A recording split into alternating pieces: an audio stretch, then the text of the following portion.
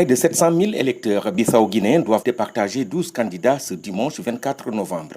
Tous des hommes, presque pas de violence notée pendant cette campagne électorale qui s'est terminée ce vendredi à minuit et qui aura vu des caravanes tapazeuses scander les noms des candidats à travers le pays et des posters géants à leur effigie dans la capitale. Les favoris pour cette élection présidentielle sont des acteurs des crises politiques qui ont ébranlé l'ancienne colonie portugaise ces dernières années.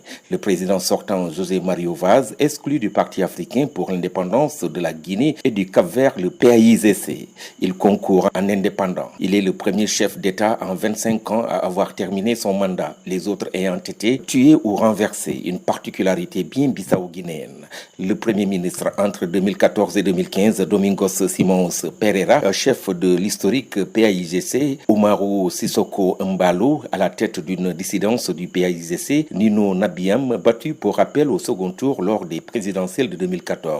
Le président José Mario Vaz avait, dans un passé récent, engagé le bras de fer le 28 octobre 2019 en limogeant et remplaçant son premier ministre Aristide Gomes. Ce dernier était chargé par la communauté internationale de diriger les affaires du pays et d'organiser l'élection présidentielle. Aristide Gomes refusa de quitter son poste. Le président menaça alors de recourir à la force.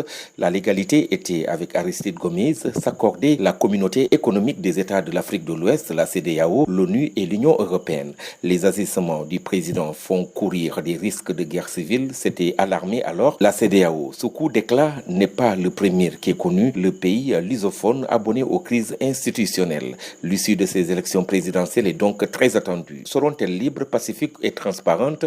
La question reste suspendue à la maturité dont fera montre le peuple bissau-guinéen ce 24 novembre 2019.